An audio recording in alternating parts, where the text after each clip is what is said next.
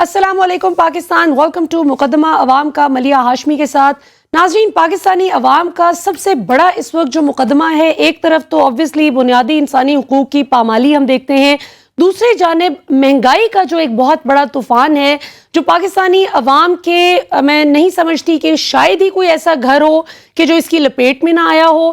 اگر کوئی upper middle class میں تھا تو آج وہ مڈل کلاس کی طرف جا رہا ہے، جو مڈل کلاس میں تھا وہ لوور کلاس کی طرف جا رہا ہے، اور اگر آپ لوور کلاس کی بات کریں یعنی اکنامکلی، تو وہ تو اس قدر تنزلی کا شکار ہو چکے ہیں، وہ تو اس قدر مشکل کا شکار ہو چکے ہیں کہ 2 وقت کی روٹی ان کو بہت مشکل ہو گئی ہے پوری کرنی۔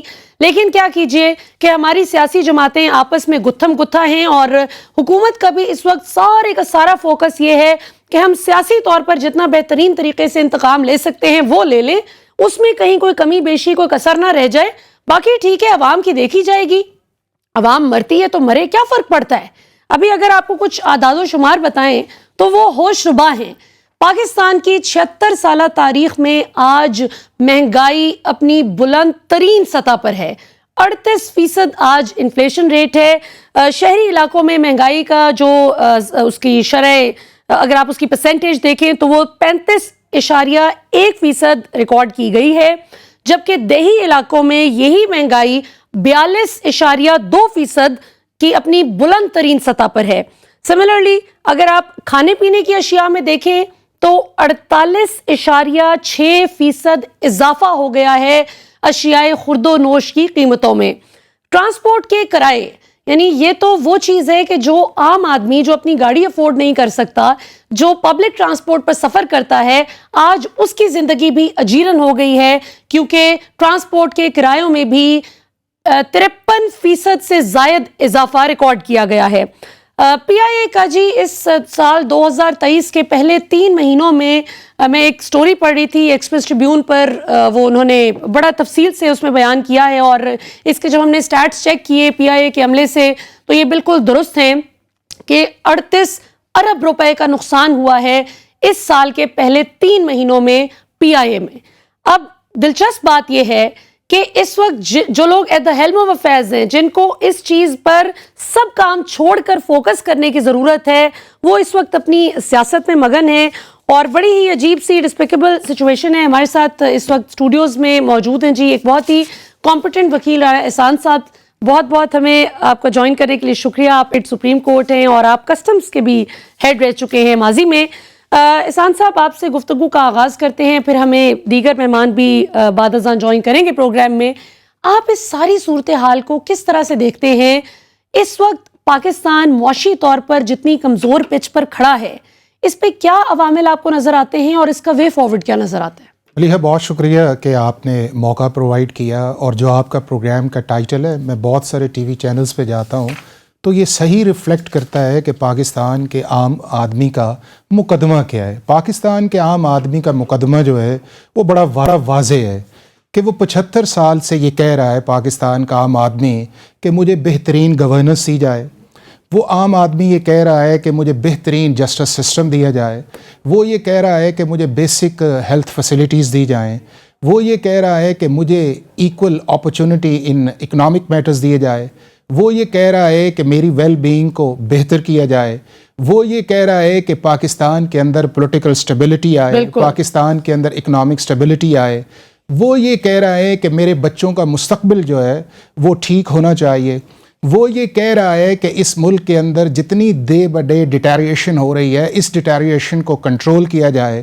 وہ یہ کہہ رہا ہے کہ مجھے پاکستان کے اداروں کے آگے یا پاکستان کے جو سویلین ادارے ہیں جہاں سے اسے کام کرنا پڑتا ہے جانے کے لیے، وہ ادارے اس کی عزت کریں اور وہ ان کا غلام بن کے نہ رہے، وہ یہ چاہتا ہے کہ اگر میں ہاسپٹل جاؤں تو وہاں پہ مجھے دوائی ملے، وہ یہ چاہتا ہے کہ اگر میں ایک سیلریڈ کلاس ہوں تو میرا گزارا اور میرے بچوں کی اسکول فیس جو ہے وہ اس کو ادا کیا جائے، وہ یہ چاہتا ہے کہ اس ملک کے اندر جو ہے رول آف لا ہے، اس ملک کے اندر کانسٹیٹیوشن کی سپرامیسی اس کے اندر آئے، اور وہ یہ چاہتا ہے کہ 75 سال سے ہم جس ڈیٹیریشن کی طرف چلے گئے ہیں اور ہمارے سے بعد کے اندر جو ملک آزاد ہوئے ہیں، اگر ان ممالک کے اندر خوشحالی، تعلیم اور اس کے ساتھ ساتھ وہ دنیا کے اندر ایک اچھا مقام انہوں نے بنا لیا ہے، تو پاکستان کا بھی مقام اس طرح آنا چاہیے. اور پاکستان کے اندر جو کرنسی کی ڈیٹیریشن ہے، جس کی وجہ سے اس ملک کے اندر جو ہے وہ آپ کا اکنامک انفلیشنز بھی آتا ہے. آپ یہ دیکھیں کہ 85% جو ہے پچھلے ایک سال سے اندر ہے آپ کے ملک کے اندر ڈالر کی انفلیشن آئی ہے ٹورڈز روپیز. جب آپ کا سارا ملک امپورٹ بیس چل رہا ہے اور وہ شخص یہ چاہتا ہے کہ اگر میرا ملک ایگریکلچر کنٹری ہے تو کیوں ایسی پالیسیز نہیں بنائی جاتی ہیں کہ جس کے اوپر جا کے مجھے کھانے پینے کی اشیاء جو ہیں وہ لوکلی ملیں اور ہم ڈپینڈنٹ نہ ہوں. وہ یہ چاہتا ہے کہ مجھے 2 وقت کی روٹی کا آٹا جو ہے وہ سستا ملے. بالکل صحیح. رانا صاحب یہ بتائیں آپ کی نظر میں کیا ایسے عوامل ہیں؟ ہم obviously ایک ایگریکلچرل کنٹری ہیں and a very rich one. Agriculturally Pakistan ایک بہت امیر ملک ہے. ہر ملک کے نصیب میں ایسے 4 موسم بھی نہیں ماشاءاللہ, ایسی ورسٹیلٹی بھی نہیں ان ٹرمز آف جس طرح سے آپ دیکھتے ہیں کہ موسم بدلنے سے جو آپ کے فوائد ہوتے ہیں, آپ ہر طرح کی فصلیں, ہر کچھ, کیا پھل کیا سبزیاں. لیکن بدقسمتی کی بات یہ ہے کہ ہمارے جو اچھی کوالٹی کا پھل ہے وہ باہر چلا جاتا ہے. چلیں عوام یہ بھی قربانی دینے کے لیے تیار ہو جائے اگر ان کو کوئی فائدہ نظر آئے. آپ کو نہیں لگتا کہ اس میں صرف جو زمیندار ہیں جن کی زمینیں شمینیں ہیں وہ فائدہ اٹھا جاتے ہیں یہ سارا ایکسپورٹ کر کے مال بنا کر, لیکن غریب عوام تک وہ فائدہ منتقل نہیں ہوتا؟ ملیحہ وہ بھی بڑا تھوڑا ہے. اور دنیا کے اندر دیکھیں, آپ یہ دیکھیں کہ اگر آپ کی ییلڈ 40 من فی ایکڑ ہے تو دنیا 140 پہ چلی گئی ہے. آپ نے اپنی پروڈکٹیویٹی پہ بات نہیں کی, آپ نے اپنی زمین کو یوٹیلائز 7 لاکھ مربع میل سے زیادہ علاقہ ہے دنیا کا بیسٹ اسے آپ یہ کہتے تھے یہ سب کانٹیننٹ کی باسکٹ ہے کہ یہ سب کانٹیننٹ کے لوگوں کو بھی سرو کرتا ہے, اس کے بعد بھی سب اس طرح دنیا کا بیسٹ ایگریکلچر سسٹم ہے. دنیا کا 5واں بڑا جو ہے پاپولیشن کے اعتبار سے اور دنیا کا 10واں بڑا ملک لیبر کے حساب سے, لیبر فورس کے حوالے سے ہے, جس کی 65% آبادی جو ہے وہ یوتھ ہے. اور یہ اس کراس روڈ پہ کھڑا ہے کہ ایک طرف آپ کا مڈل ایسٹ ہے, ایک طرف آپ کا چائنا ہے, دوسرا اس کا سینٹرل ایشیا ہے, اور پھر آپ یہ دیکھیں کہ ٹرکی اور ایران اس سائڈ. ہاں, اب پرابلم کس چیز کے اندر آئی ہے؟ پرابلم یہ آئی ہے کہ 1947 سے لے کے آج تک ہم نے اپنی سمت کو درست کرنے کا سوچا نہیں ہے. ہم نے کاسمیٹک چیزوں پہ گئے ہیں, ہم نے نہ گورننس کو سوچا, نہ ہم نے اپنی ایگریکلچر کو سوچا, نہ ہم نے اکانومی کو سوچا, اور نہ ہی ہم نے یہ سوچا کہ ہمارا کو 10 سال کا یا 15 سال کا پلان کس طرح ہونا چاہیے. ہم نے بہت سارا سنا کہ جب جنرل ایوب کے اندر 5 ایئرز کا پلان بنا تو ہم سے وہ پلان ساؤتھ کوریا نے بھی لیا, وہ ہم سے پلان جو ہے وہ ملیشیا بھی لے کے گئے, اور آپ یہ دیکھیں کہ وہ کہاں کھڑے ہیں. سنگاپور آپ دیکھ لیں, اس نے ہمارے سے لرن کیا, اور سنگاپور جو ہے اس کا جو رقبہ ہے وہ اسلام آباد سے بھی چھوٹا ہے, اور وہ سمندر کے اندر جا کے آپ دیکھیں اور اس کی جو ایکسپورٹس ہیں وہ $300 بلین سے زیادہ ہیں. اور آپ پاکستان دیکھ لیں کہ انفارچونیٹلی دیکھ لیں کہ 224 ملین کا ملک ہے, اور ہم ابھی تک $30 بلین سے نہیں بڑھ رہے, بلکہ ہمارے جو فورن ریمیٹنسیز ہیں وہ ہماری ایکسپورٹ سے زیادہ ہیں. ہم نے کتنا ایف ڈی آئی پہ کام کیا؟ $1 ارب سے کم کیا. تو یہ سارا ایک پیکج ہے, اور یہ پیکج بتایا ہے کہ آپ کا ایز آف ڈوئنگ بزنس کس طرف ہے, آپ کے جو اسٹیٹ ٹلز کس طرح ہیں, آپ کو اپنے ملک کے اندر جو ہے ڈپلیکیشن آف سسٹم ہے اس کو ختم کرنا ہوگا, لوکل گورنمنٹ کی طرف جانا ہوگا, اپنے پولیٹیکل ڈفرینسز ریزالو کرنے ہوں گے, اور اس ملک کے اندر ہر شے کو پالیٹکس میں نہیں جانا چاہیے. اس پالیٹکس نے اس ملک کا ٹیکنیکلی, لیگلی اور اکنامکلی اس ملک کو اب وائبل اس چیز کے اندر چھوڑا نہیں ہے. آپ جس جگہ چلے جائیں ہر گھر کے اندر ڈویژن آ گئی ہے, ہر جگہ آپ دیکھیں کہ پالیٹکس میں باتیں ہوتی ہیں. اس پالیٹکس کی وجہ سے آپ کی اکنامکس, آپ کی جو کانسٹیٹیوشنل ایشوز ہیں, لیگل ایشوز ہیں, پولیس تھانہ سب بیک برن چلے گئے. اچھا بالکل صحیح. لیکن رانا صاحب اس میں یہ بات ہے نا کہ اگر ہر گھر میں مختلف سیاسی آراء پائی جاتی ہیں تو یہ تو چلیں ایک ہیلتھی ڈیموکریٹک سسٹم کی نشانی ہے, جس طرح آپ باہر کے ممالک میں بھی دیکھ لیں کنزرویٹیوز ہیں. نہیں, لیکن وہ سارا سال نہیں چلتا. وہ یہ ہے کہ خاص پیریڈ کے اندر جب آپ کا الیکشن ہوتا ہے اس موڈ کے اندر آپ جاتے ہیں, اور آپ کا حق ہے کہ آپ جس مرضی شخص کو ووٹ دیں, پارٹی کو ووٹ دیں, اور اس کے بعد سکون ہوتا ہے, اور اس کے بعد سکون ہوتا ہے, اور پھر لوگ اپنا کام کرتے ہیں. لیکن ہمارے ملک کے اندر آپ یہ دیکھ لیں کہ پچھلے 10-15 سال سے آپ دیکھیں کہ اگر ایک گورنمنٹ آئی ہے تو اس کو ہم نے کہا کہ جی یہ ریگڈ گورنمنٹ آ گئی ہے, اس کے بعد بعد اگلی آئی تو ہم نے کہا وہ سلیکٹڈ گورنمنٹ آ گئی ہے. پھر اس کے بعد جب اب تیسری گورنمنٹ چل رہی ہے تو ہم نے اسے کہا کہ یہ جی اس کو یہ ہے کہ فورن اس کو اسپانسرڈ امپورٹڈ گورنمنٹ ہے. تو یہ ساری چیزیں اس ملک کے لیے غیر مناسب اور اس ملک کی اکانومی کے لیے بھی اچھا نہیں. بالکل, میں آپ کی طرف واپس آتی ہوں. مرزا اختیار بیگ صاحب پاکستان کے ممتاز ماہر معیشت ہمیں جوائن کر رہے ہیں.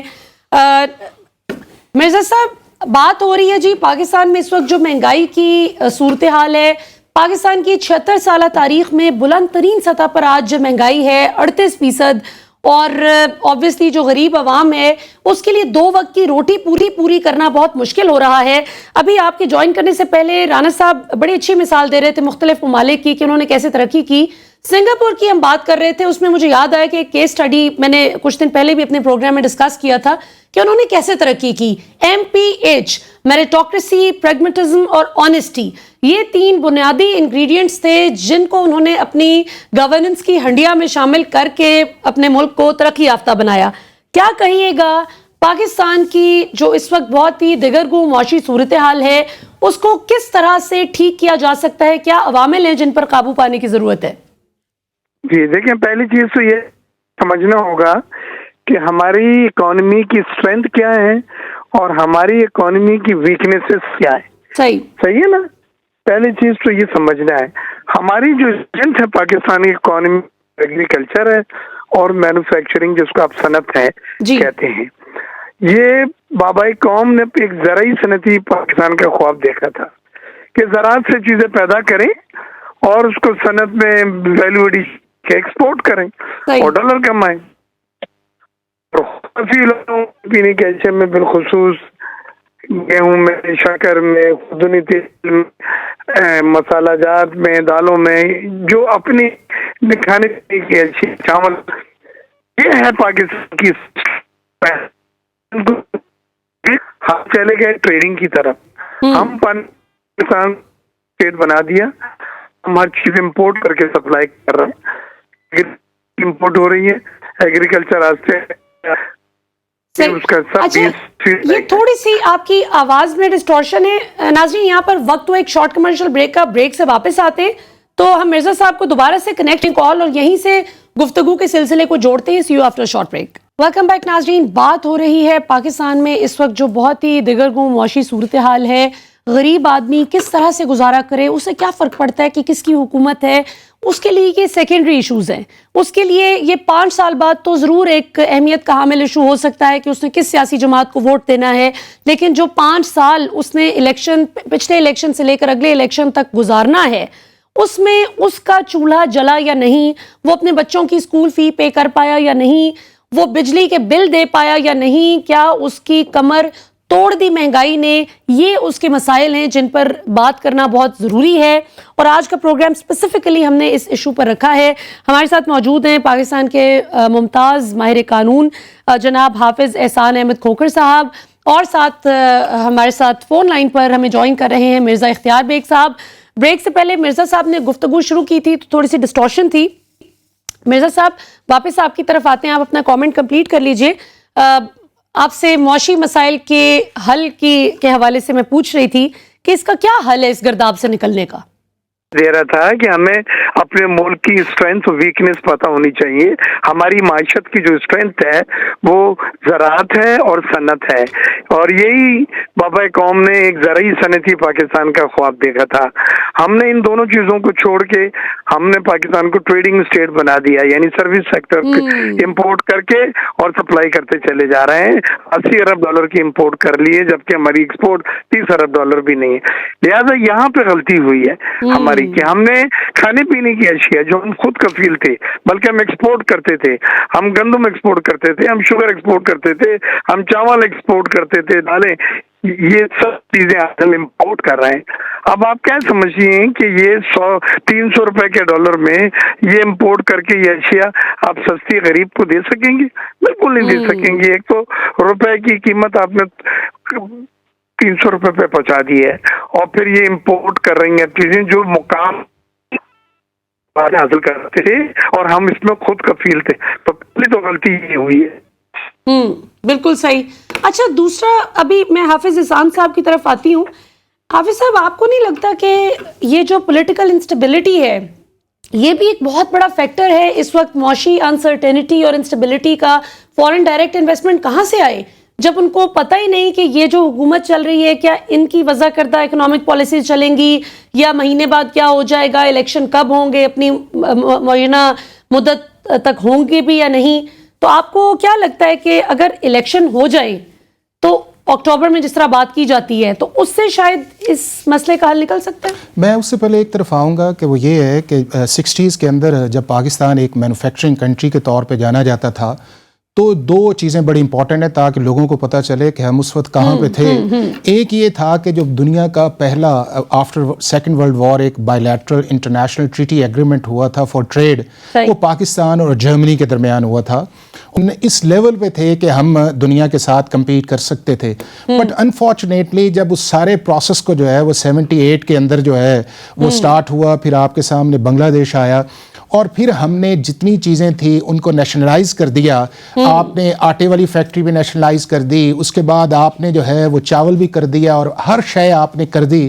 اس سے دو نقصان ہوئے. ایک تو یہ ہوا کہ آپ کی مینوفیکچرنگ ساری رک گئی اور وہ جو ساری اسٹیٹ انٹرپرائزز تھے وہ اب آپ کو جو ہے وہ گھاٹے میں پڑ گئیں, جس کی طرف ایک طرف آپ نے اشارہ کیا PIA, پھر آپ کی پاکستان اسٹیل مل, تقریباً 500 ارب سے زیادہ جو ہے یہ ہر سال یہ اسٹیٹ انٹرپرائزز جو ہیں وہ پاکستان کے بجٹ کے اندر پاکستان کا عام آدمی ان کو فائنینشلی سپورٹ کرتا ہے.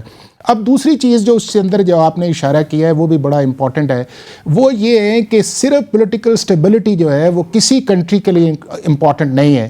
سب سے پہلا اس کے اندر یہ ہے کہ آپ کی اکنامک سٹیبلٹی کیا ہے, آپ کے اکنامک پالیسیز کیا ہیں, تاکہ ایک باہر والا جو بندہ ہے یا ملک کے اندر جو بندہ ہے اسے ٹرسٹ آئے.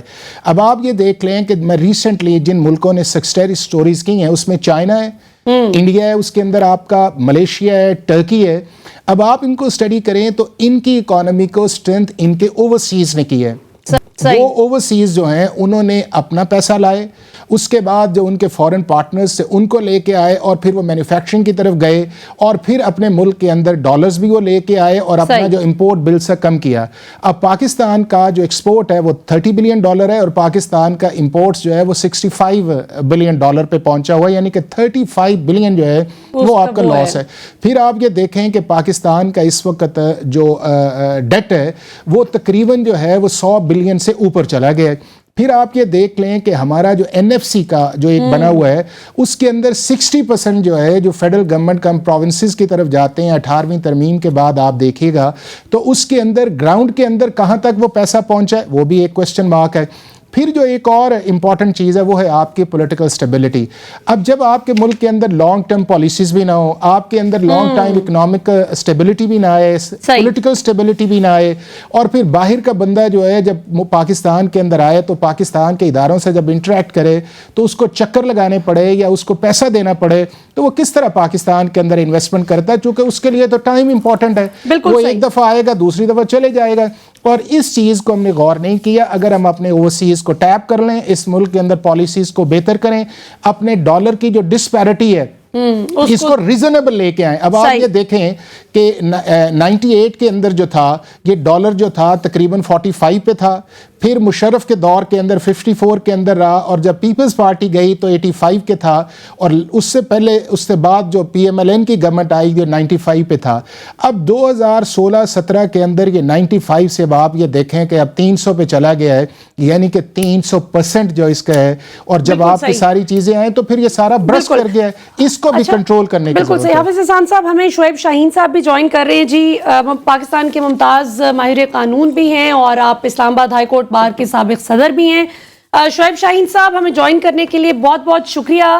بات ہو رہی ہے جی پاکستان کی موجودہ جو معاشی صورتحال ہے, اور اس میں چونکہ آپ بھی جو ہے قانون کے حوالے سے آپ سے اکثر you kind enough to make it to our show, یہ بتائیے شعیب شاہین صاحب کہ الیکشن کتنا ناگزیر ہے پاکستان میں پولیٹیکل سٹیبلٹی لانے کے لیے, اور اس کے بعد پولیٹیکل سٹیبلٹی کتنی ضروری ہے معاشی سٹیبلٹی کے لیے, اور الیکشن آپ کو کب تک ہوتا نظر آ رہا ہے کہ اکتوبر میں لگ رہا ہے کہ کوئی اونٹ کسی کروٹ بیٹھے گا؟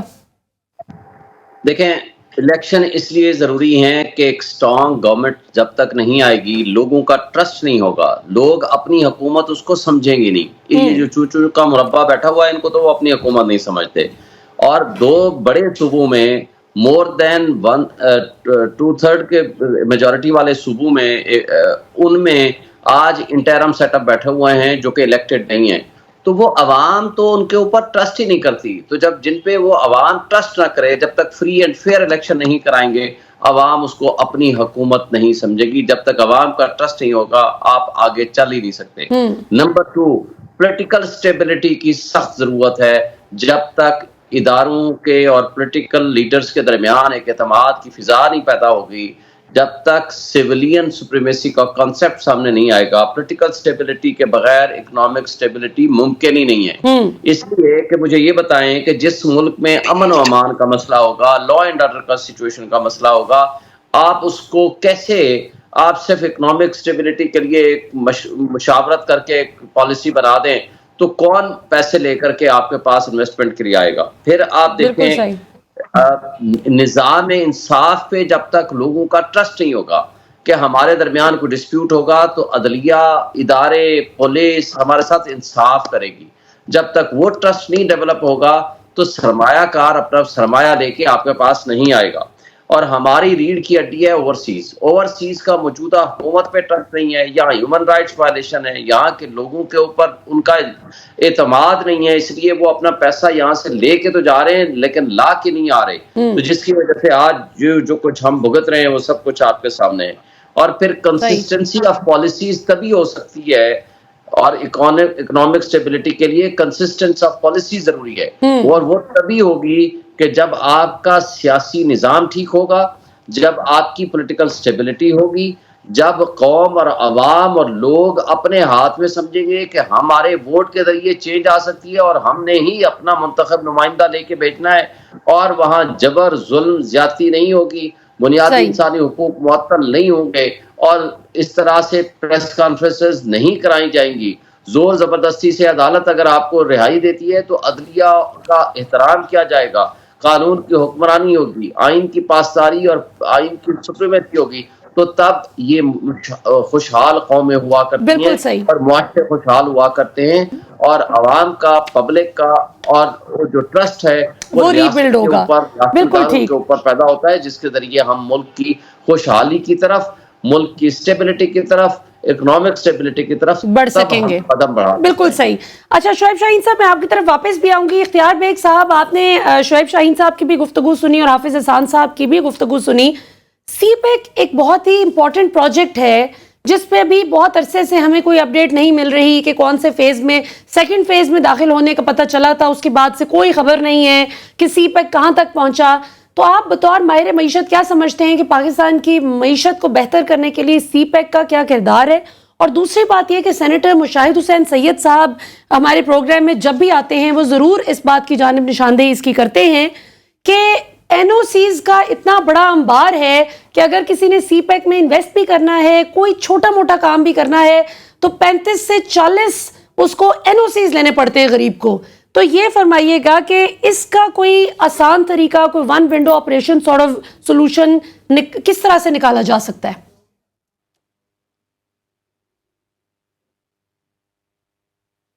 جی اختیار بیگ صاحب، آپ مجھے سن پا رہے ہیں؟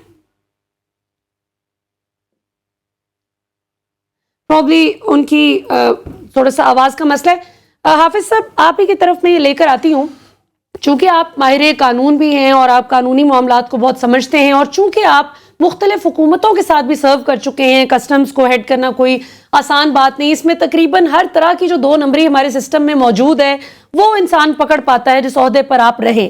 تو یہ بتائیے کہ یہ اتنے سارے این او سیز، جو ابھی آپ بات بھی کر رہے تھے ایز آف ڈوئنگ بزنس کی، تو اتنے سارے جو این او سیز کا انبار ہم لگا دیتے ہیں، یہ کون اس آئیڈیا کو کنسیو کرنے والا ہے اور کب ہماری جان چھوٹ سکتی ہے؟ دیکھیں بات یہ ہے کہ چونکہ میں پہلے جس کی طرف آپ اشارہ کر رہا تھا، پاکستان کا جو سارا گورننس کا سسٹم ہے وہ 4 لیئرز پہ اب چلا گیا ہے. فیڈرل گورنمنٹ بھی آ گئی، پروونشل گورنمنٹ بھی آ گئی، اس کے بعد آگے جا کے جو آپ کے ڈسٹرکٹس بھی آ گئے،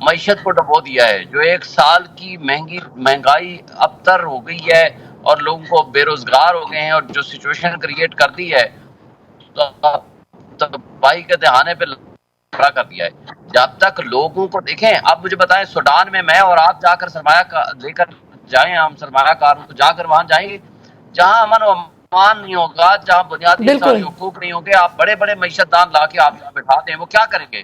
جب تک پبلک ٹرسٹ نہیں کرے گی۔ انہوں نے آتے ساتھ ہی پی ٹی ایم کی جماعتوں نے کیا کیا، سب سے پہلے آتے ساتھ ہی انہوں نے اوورسیز کا رائٹ آف ووٹ ختم کر دیا، تو ان کو تو عدم اعتماد سب سے پہلے ہی ان کا ہو کرا دیا، تو وہ کیسے اعتماد کر کے آپ میں آئیں؟ جب تک فری اینڈ فیئر الیکشن نہیں ہوں گے، ایک ٹرو الیکٹڈ ریپرزنٹیٹو نہیں آئیں گے، تو اس وقت تک ان کو آپ اعتماد بحال کرائیں، یہ ممکن ہی نہیں ہے۔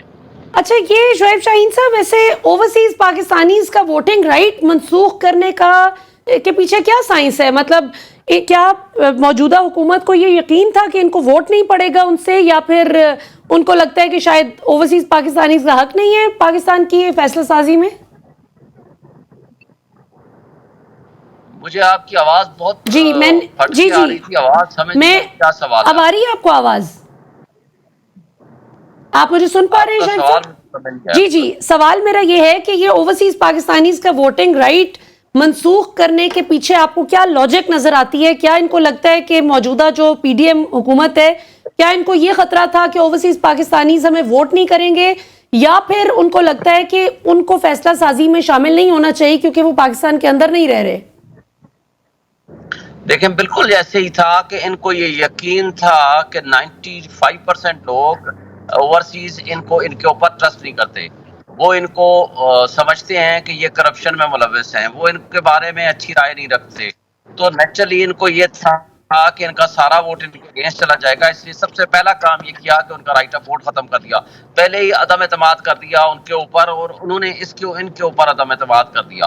دوسرا پرابلم، انہوں نے اپنی معاشی پالیسیز ایسی بنا دی کہ لوگ ہنڈی کے ذریعے پیسے بھیجنے لگ گئے، ڈالر کا ڈفرنس اگر انٹر بینک اور اوپن مارکیٹ میں جو ڈار صاحب نے رکھا 50 روپے کا 60 روپے کا، تو پھر بلیک مارکیٹ نے اس کی جگہ لے لی۔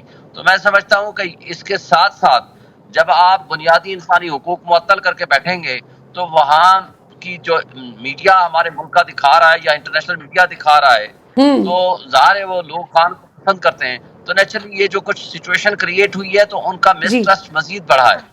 تو میرا نہیں خیال کہ اب اس ٹرسٹ کو آپ ایزیلی ریسٹور کر پائیں گے، اور جب تک ان کا ٹرسٹ نہیں ہوگا، آپ کا $30 بلین کا نقصان ایک لحاظ سے وہ چاہیں کہ اپنے جائز سورسز کے ذریعے یہاں بھیجیں تو وہ بھیج سکتے ہیں، یہاں انویسٹمنٹ کر سکتے ہیں، منتھلی کے حساب سے آپ تصور کر لیں، 6 مہینے کے حساب سے کر لیں، آپ ان کو انسینٹو دے سکتے ہیں، لیکن ان حالات میں وہ نہ انسینٹو ہے ان کے لیے، نہ ہی کوئی انوالومنٹ ہے، ٹرسٹ ہے۔ بالکل صحیح، ان کے اوپر اعتماد ہے۔ بالکل صحیح۔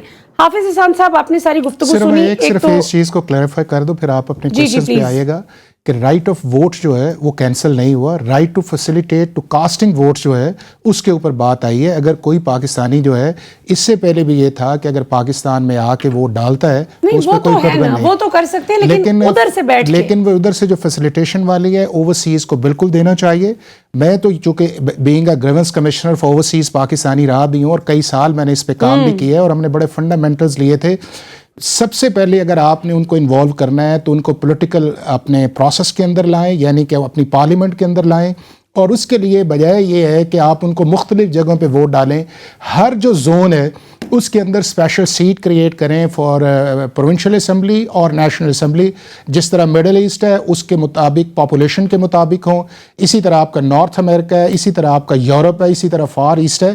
تو وہ لوگ جو ان ممالک کے ہیں وہ اپنے ہی بندے کو ووٹ دیں تاکہ ان کی نمائندگی جو ہے وہ بہتر طریقے سے پاکستان کی نیشنل اسمبلی، سینٹ اور پاکستان کی صوبائی اسمبلی میں کر سکے، اور اس کو جتنا جلدی آپ کر لیں، نہیں تو یہ ہے کہ ان کی جو فیملیز ہیں، یہ بچے ہیں، وہ آہستہ آہستہ پاکستان سے دور ہو رہے ہیں۔ بالکل صحیح۔ آپ کسٹمز کو ہیڈ کرتے رہے ہیں، کسٹم ایپلیٹ ٹریبیونل کو، custom excise and sales tax appellate tribunal, اس میں آپ کو سب سے زیادہ، یہ تو اور بھی زیادہ اچھی بات ہے کہ آپ زیادہ بہتر طریقے سے نشاندہی کر سکتے ہیں ان مسائل کی جو کہ آپ کے سامنے آتے رہے، جو کیسز تھے۔ سب سے زیادہ اس پورے ڈپارٹمنٹ میں کیا ایشوز ہیں جو پاکستانی اس کو فیس کرنے پڑتے ہیں؟ دیکھیں، سب سے بڑا اس کے اندر یہ ہے کہ یہ ایک آؤٹ ڈیٹڈ لیجسلیشن ہے جس کا گراؤنڈ ریئلٹی کے ساتھ کوئی تعلق نہیں ہے. اچھا. اور اس کے اندر انبریڈلڈ ڈسکرشن جو ہے وہ ہم نے اپنی فیلڈ فارمیشنز پہ دی ہوئی ہے. ان کی مرضی ہے تو اس کے مطابق فیصلہ کر لیں, جس کو چاہے کر لیں. اور آج بھی آپ دیکھ لیں کہ پاکستان کا عام آدمی ٹیکس ڈپارٹمنٹ سے انٹریکٹ کرنے سے کتراتا ہے. وہ یہ کہتا ہے کہ اگر میں ڈپارٹمنٹ کے ساتھ انٹریکٹ کرتا ہوں تو نئی چیزیں جو ہیں وہ باہر آنا شروع ہو جاتی ہیں.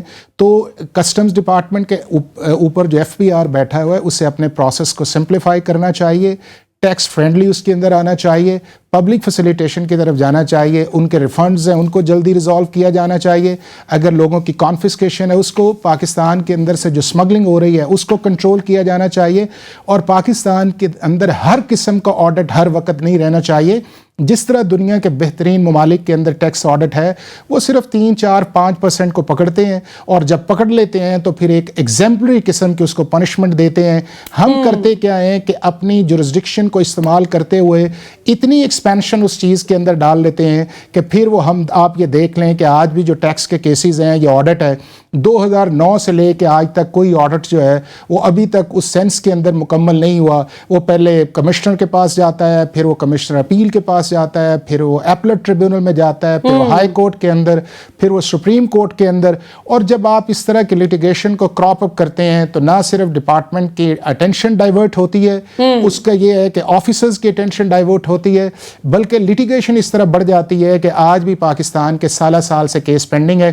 اس کا دوسرا رزلٹ یہ ہے کہ پاکستان کی جو بزنس کمیونٹی ہے یا پاکستان کے اندر جو انویسٹمنٹ کے لوگ ہیں وہ بھی پھر کتراتے ہیں اور آتے نہیں. اور آپ یہ دیکھ لیں کہ جب بھی بات ہوتی ہے, چاہے وہ آپ کا فورن انویسٹمنٹ ہو, چاہے وہ آپ کا پاکستان کا انویسٹمنٹ ہو, وہ ہمیشہ بڑے بڑے کویسچنز مارکس جو ہے وہ ایف بی آر پہ کرتا ہے.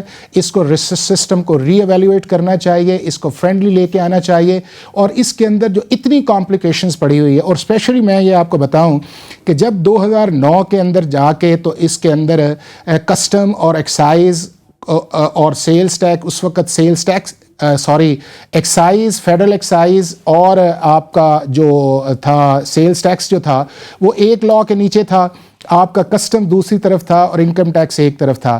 اب آپ نے اس جو اپنی ریفارمز لے کے آئے اس کے اندر آپ نے سیلز ٹیکس کو بھی انکم ٹیکس میں جڑ دیا, فیڈرل ایکسائز کو بھی جڑ دیا. اب اس کی مشینری جو ہے وہ ٹیکس ریٹرن پہ بیس کرتی ہے, اور جبکہ سیلز ٹیکس یہ ہے کہ آپ کا پہلے آتا ہے. تو اگر ان ساری چیزوں کو ہم بیٹھ کے اس طرح اس چیز کے اندر لے کے چلیں کہ یہ ہمارے ہی لوگ ہیں, ہمارے ہی اس ملک کے اندر پیسہ دیتے ہیں, ان کو ہم نے ایک اچھا ٹریٹ کرنا ہے. اور دوسرا بڑا امپورٹنٹ یہ ہے کہ ایف بی آر سے جو ہے وہ بجٹ میکنگ کا اور ایف بی آر سے پالیسی کا جو اختیار ہے وہ لے لینا چاہیے. یہ منسٹری آف فائنانس کا کام ہے جو دنیا کے باہر ممالک کے اندر آتا ہے.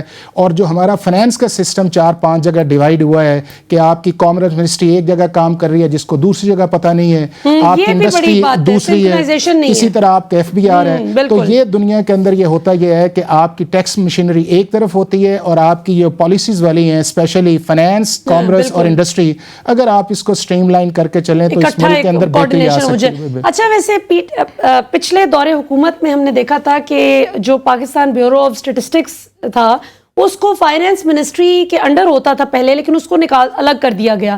تو آپ کے خیال میں اس سے کوئی انڈیپینڈنس ملی ان کو کہ فگر فجنگ نہ ہو سکے؟ نہیں, میں آپ کو چیز بتاؤں کہ ابھی بھی جو ہمارا بیورو آف اسٹیٹسٹکس جو ہے وہ جو بھی دیکھیں آپ کا ٹرسٹ لیول کیا ہے کہ آپ کا اگر جو پاکستان کا سینسس کا ڈپارٹمنٹ ہے اگر وہ کوئی اس کے اندر دیتا ہے تو لوگ اس پہ بھی بلیو نہیں کرتے. آپ دیکھیں کہ سارے پروونسز جو ہیں اسپیشلی سندھ جو ہے وہ بھی اس کے اوپر بات کر رہا ہے. اس طرح بیورو آف اسٹیٹسٹکس جو ہے جو آپ کو فگرز دیتا ہے اور جب آپ کی رپورٹس بنتی ہیں تو بہت ساری چیزیں ایسی ہوتی ہیں کہ جس کے اندر گورنمنٹ کا اس لیول تک آپ ڈیمیج نہیں دکھا رہے ہوتے جتنا وہ اس چیز کا آتا ہے. لیکن جو کہ دکھانا چاہیے نہیں, دیکھیں جب تک آپ کے پاس گراؤنڈ ریئلٹی نہیں ہے آپ پالیسیز کس طرح بنائیں گے. دوسرا یہ ہے کہ میں آپ کو بتاؤں کہ جس ملک کے اندر یا اسپیشلی پاکستان کی جس طرح دنیا کے اندر ورسٹ قسم کی فریجائل کرنسی ہے, اس ملک کے اندر نہ انویسٹمنٹ آئے گی نہ اس کے اندر بزنس آئے گا. اور اسپیشلی جب آپ کا سارا ہی امپورٹ والا کنٹری بنا ہوا ہے تو آپ اس کو دیکھ لیں کہ اگر پچھلی گورنمنٹ کا جو ڈالر تھا 186-87 کے اندر, اور دنیا کا کوئی ملک ایسا نہیں ہے ملیا کہ جس کے اندر یہ کیا جائے کہ آپ آئی ایم ایف کے کہنے کے اوپر اس ملک کے اندر سبزی کو کھلا چھوڑ دیں تو وہ آپ دیکھیں کہ رمضان کے اندر جو ہے وہ 400 روپے کلو تک آپ کا لیمو پڑا جاتا ہے، اور آپ نے اپنی کرنسی کو جو ہے یہ کرنسی کو اوپن کرنا بیسیکلی اپنی نیشنل سیکیورٹی کے خلاف ہے۔ بالکل صحیح، بہت بہت شکریہ حافظ احسان صاحب آپ نے کیا۔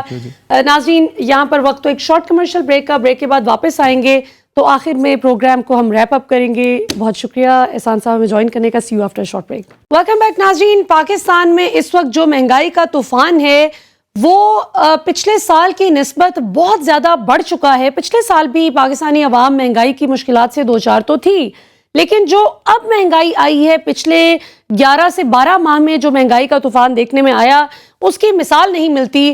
لیکن آفرین ہے ہماری موجودہ حکومت پر جو سال پہلے تک اپوزیشن بینچز پر بیٹھے تھے اور کیا کیا دعوے کرتے تھے، کیسے کیسے عوام کے درد کا وہ احساس جو ہے وہ بتاتے تھے کہ ہمیں کتنا درد ہے، ہمیں نیند نہیں آتی رات کو، جب پیٹرول 2 روپے فی لیٹر بڑھا دیا جاتا ہے اس کی قیمت کو تو ہم سو نہیں پاتے۔ تو آئیے ذرا دیکھتے ہیں کہ ابھی کے حکمران جو اس وقت بے حسی سے مہنگائی کی چکی میں عوام کو پیستے چلے جا رہے ہیں اور پیچھے مڑ کر دیکھنے کی زحمت نہیں کر رہے کہ کتنے لوگ اس تکلیف کا شکار ہو کر زندگی سے ہاتھ دھو بیٹھ رہے ہیں۔ لیکن وہ سال پہلے جب تک اقتدار نہیں ملا تھا تب تک کیا کہا کرتے تھے، لیٹس واچ۔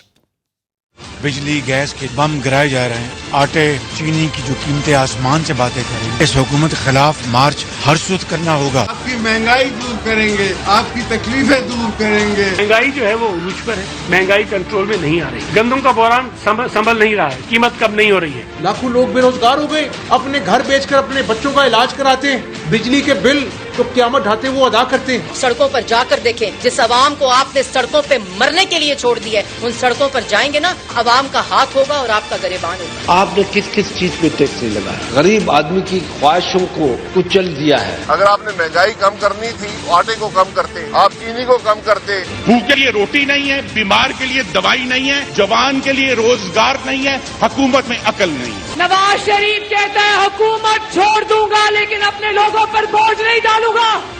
جی حکومت چھوڑ دیں گے لیکن اپنے لوگوں پر بوجھ نہیں ڈالیں گے، جبکہ ایز وی اسپیک آج 76 سال کی پاکستان کی تاریخ کی بلند ترین سطح پر مہنگائی پہنچ چکی ہے 38% پر۔ دیہی علاقوں میں یہ مہنگائی 42.2%، جبکہ شہری علاقوں میں 35.1% ریکارڈ کی گئی ہے، اور یہ وفاقی ادارہ شماریات بتا رہا ہے۔ جو اعداد و شمار بتانے کا ذمہ دار ہے وفاقی حکومت کا اپنا ادارہ، یہ وہ کہتا ہے، یہ ہم نہیں کہتے۔ اور اس کے بعد اگر آپ کھانے پینے کی اشیاء دیکھیں تو 48.6% کھانے پینے کی اشیاء کی قیمتوں میں اضافہ ہو چکا ہے۔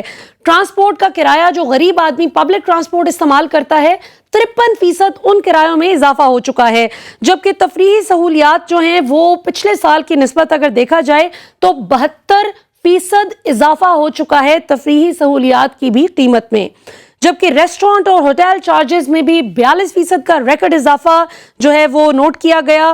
ادارے شماریات کے مطابق گزشتہ سال کی نسبت تعلیم 8.5% مہنگی ہو گئی ہے، جبکہ صحت کی سہولیات 19% سے زائد مہنگی ہو چکی ہیں، جبکہ پچھلے سال جب تک پچھلی حکومت تھی جو 10 لاکھ روپے تک کا مفت علاج پنجاب کے، اسلام آباد کے، خیبر پختونخوا کے ہر خاندان کو پرووائیڈ کر رہی تھی، تو موجودہ حکومت کہتی تھی کہ ہم مہنگائی ختم کریں گے، ہم عوام کو تمام سہولیات دیں گے جو پچھلی حکومت نہیں دے پائی، جبکہ آج ایز وی اسپیک پچھلے سال کی نسبت جو بنیادی طبی سہولیات عوام کو میسر تھیں صحت کارڈ کے علاوہ بھی، ان کی قیمت میں بھی، ان کے چارجز میں بھی 19% کا اضافہ ریکارڈ کیا گیا ہے، اور یہ ان کا اپنا وفاقی ادارہ اعداد و شماریات بتا رہا ہے۔ پھر بجلی، گیس اور ایندھن کی قیمتوں میں بھی جناب 21% کے قریب جو ہے وہ اس کے چارجز بڑھ گئے ہیں، 20.5%۔ جوتوں کی قیمتوں میں 22.5% اضافہ ہوا ہے پچھلے سال کی نسبت، اور اس رپورٹ کے مطابق جو آلو ہے، اکثر ہم پچھلی حکومت جو تھی دور حکومت میں بڑا سنتے تھے، اکثر ہمارے ساتھی جو ٹی وی پہ پروگرام بھی کرتے ہیں ہماری طرح، وہ بتایا کرتے تھے ٹماٹر اتنے کا ہو گیا، آلو اتنے کا ہو گیا، پیاز اتنے کا ہو گیا۔ آج وہ بات ہی نہیں کرتے اس بات پہ کہ آلو پچھلے سال کی نسبت